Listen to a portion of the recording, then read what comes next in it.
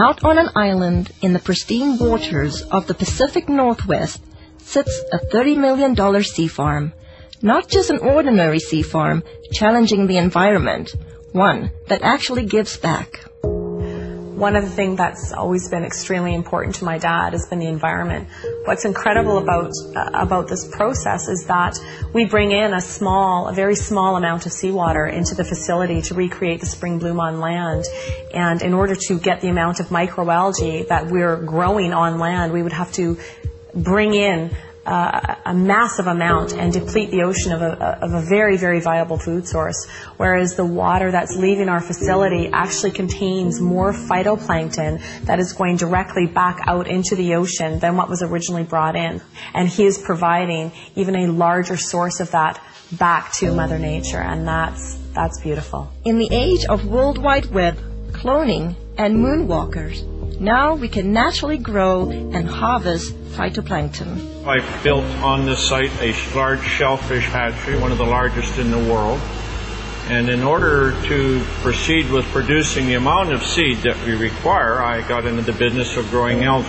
I did come up with a method that I could grow any quantity, any amount at any time of these algae outdoors as well as indoors.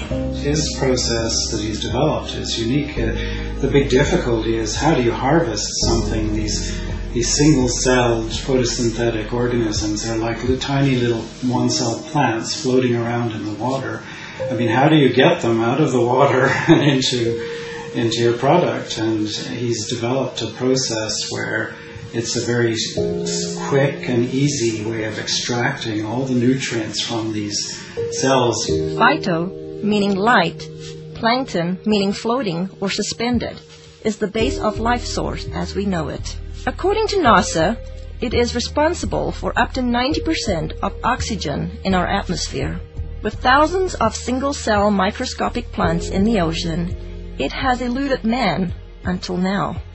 You know, I'm just grateful that I was chosen to find this product because it's been very elusive. It's eluded man until now, and here we have it, and I'm going to help as many people as we can, I hope.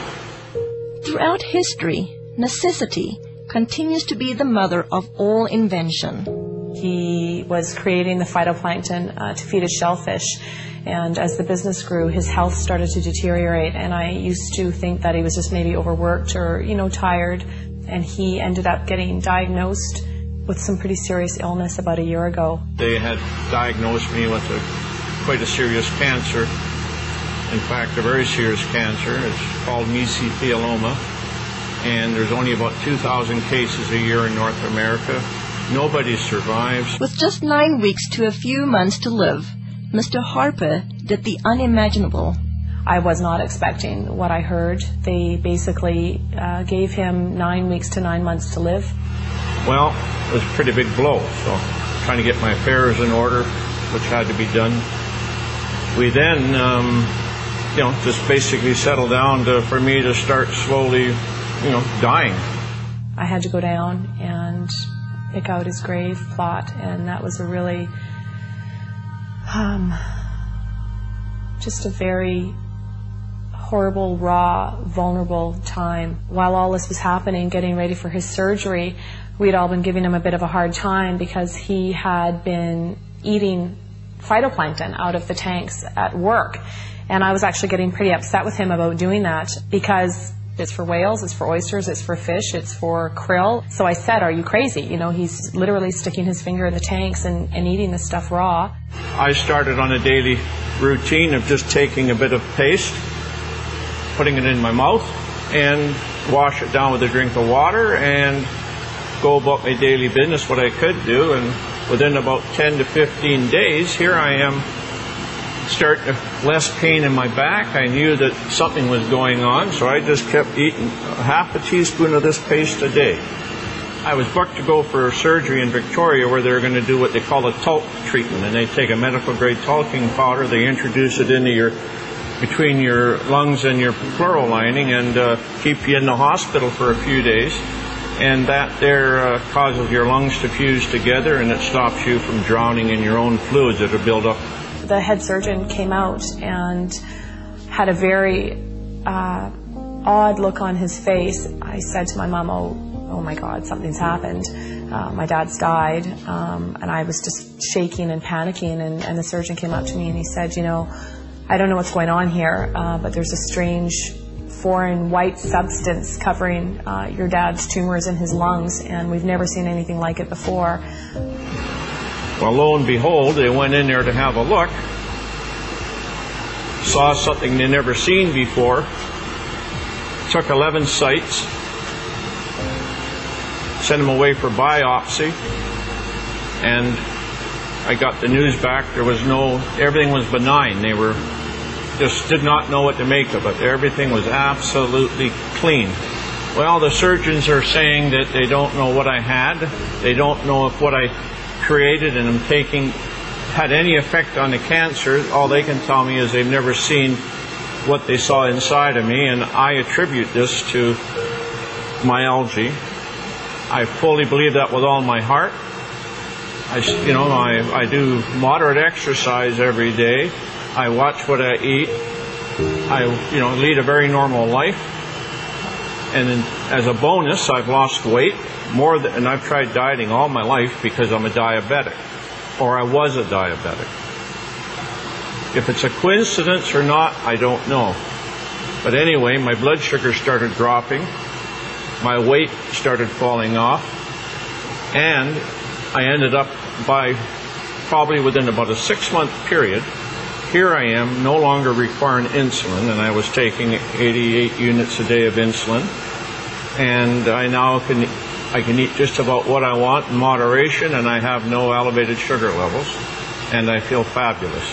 The potential benefits far outweigh the painstaking process to create even a teaspoon of a concentrated finished product. Well, we can do in a neighborhood in the winter months about 25 ton of product, summer months up to 45 metric tons a day. And just as an example, these tanks you see beside me here, it would require 10 of these tanks of algae to give me one of these, which is an 8-ounce container. So if you look at that, think about the magnitude of growing equivalent of 45 metric tons a day. That's quite a remarkable feat, because there's billions upon billions just in these 3 tanks, and we can grow them in a 1 million liter tank. So, and that's what we get our 25 or 40 ton a day from. With 8 million liter tanks, using nature's elements, Mother Nature's kitchen has the capacity to nourish the world. It boasts a nutritional analysis second to none, including pigments, diatoms, and xanthophylls. In spring in the northern hemisphere, when the light conditions are right and the nutrient conditions are right, there's a spring bloom, and you get hundreds of diatom species blooming. They're producing pigments. There's a complement of amino acids, fatty acids, and vitamins. And the thing that's working in the product is probably the pigment called the xanthophylls. And in phytoplankton, there are 2 xanthophylls I can think of offhand that potentially have some great benefits: fucoxanthin and diadinoxanthin.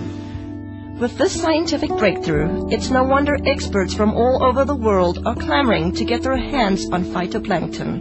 We've had calls from Asia, we've had calls from the UK, we've had calls from many from the States, all over Canada, people that have heard about this, whether it be through word of mouth, through any articles that have been written in the newspaper. But this is a product that is in such huge demand, and it's very interesting when we're getting phone calls from people within the medical system or within the holistic healing, people that are really taking a stand around their health, that are looking for something. The world really is coming to our door requesting, the product. They're hearing from their friends, they're hearing from this, that it is helping them in almost every aspect of their life. He's very protective of this product, and he doesn't trust it to just anybody. It's something that he holds very near and dear to his heart, as does the entire family. Even through such demand, those who partake this precious product are embracing health in a way like never before. a really good friend, and he had this problem with dandruff. I mean, we tried everything with him. Nutritional approaches, we've tried. Emotional approaches, we've tried. Adjustments, anything you could think of. He came into my office one day, and he literally bent over and did this. He does that, and I'm looking. There's nothing. And I couldn't believe it. And then he says, well, I got this stuff. And it turned out to be the plankton, the phytoplankton. And I said, well, what did you do with it? Did you put it on your head? He said, no, I just took it internally. And I said, well, how long have you been doing this? And it wasn't even a week. It wasn't even a week till it was completely gone.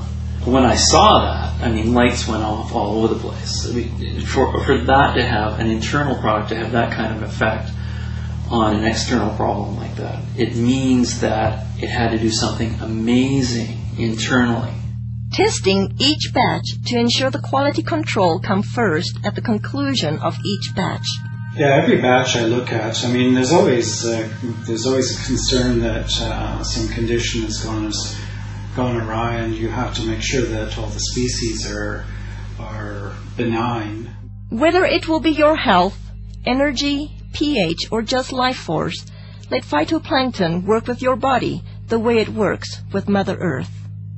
The thing about phytoplankton was it had such amazing results. I had to go to the books to find out what's happening. So the first thing I looked at was most people, well, everybody had this amazing change with their muscular systems, and also the people had noticed that they weren't hungry, so their sugar levels had changed. So if you go down to a cellular level, what part of the cell actually has an effect on sugar level? Well, if you look at the cell, there's a part of the cell called the mitochondria. And I think, I can't prove this, but it's logical. The common sense thing says that insulin resistance is because the cell can't handle the sugar anymore, and it says no more. So insulin, the hormone that pushes the sugar into the cell, all of a sudden the cell's not having that anymore, because if it keeps going, it's going to completely damage the energy producer in the cell called the mitochondria. And if it does that, the cell is dead, because 90% of all the functions in that cell rely on the mitochondria to produce an energy molecule called ATP. Without that energy molecule, 90% of the functions of that cell cannot happen. So when I looked at it, it made a lot of sense. And then I looked further. What's really interesting is a lot of the common diseases we're having today, what are they finding? They're finding damage to the cellular level, the mitochondria at the cellular level. Whether it's heart disease, whether it's fibromyalgia, chronic fatigue, any muscular-related diseases, any neurological diseases, Alzheimer's, those kinds of things, they're finding the exact same thing. Phytoplankton is such a complete nutrient. And when I look at a complete nutrient, what I'm looking for is I'm looking for as close to nature as possible. And in all of the indigenous peoples of the world, the reason they're so healthy, and all of the studies that show that they have the better complexions and the better teeth and don't have dental care but their teeth are okay and they're healthy and they live a long life, is because they eat very close to nature. And so the closer to nature you can get, the better you will survive, because the better nutrients can be transferred to your cells. Mr. Harper continues to be acknowledged for inventing this one-of-a-kind process while staying true to his vision and purpose. As a family, we're working really hard not to allow a lot of false hype and a lot of media hype to interfere with the integrity of this product. The intent is to share this with people from a place of authenticity and truth. As for the Harper family, discovering how fragile life truly is, every day is a gift. They are just thankful to have another day. Thankfully, was insightful enough to see that this needed to stick around, and he needed to stick his finger in that tank of algae and start eating it. And I to this day am floored that he trusted himself enough, especially when his body was that worn down and he was that sick. He still had enough intuition and enough of a gut feeling and connection with his heart to truly go with his instinct. And his instinct was to stick his finger in that tub of phytoplankton and eat it.